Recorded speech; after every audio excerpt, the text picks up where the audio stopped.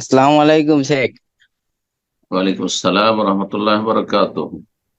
শেখ শেখ পশ্চিম বাংলা থেকে বলছি। বলছি কোন ডিস্ট্রিক্ট? কলকাতা কলকাতা। বলেন।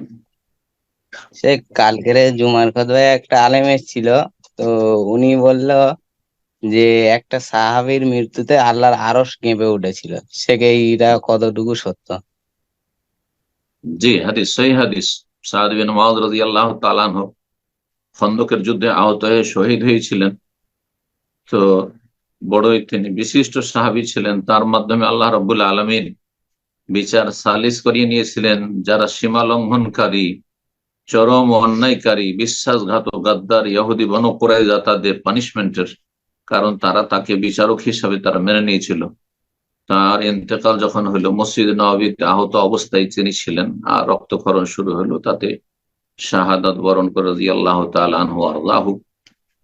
তার সম্পর্কে বলছে ইহতাজ্জালাহুল আরশ, ইহতাজ্জাল আরশু লিমাউতি সাদ।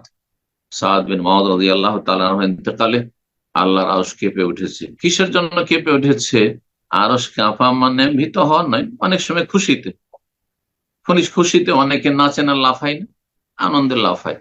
তো কেউ কেউ বলেছেন যে আল্লাহর আরশ খুশিতে কেঁপে উঠেছিল। অথবা মতের একটা ভয়াবহতা আছে।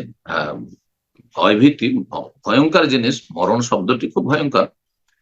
তো আল্লাহ রাব্বুল আলামিনের সৃষ্টি হচ্ছে আরশ। এত বড় সাহাবী, এত সম্মানিত সাহাবী ইন্তেকাল হচ্ছে, সেজন্য আল্লাহর আরশ কেঁপে উঠেছে। মায়ায়, ভালোবাসায় হইতে পারে। মমিন বান্দাকে সবকিছু ভালোবাসে।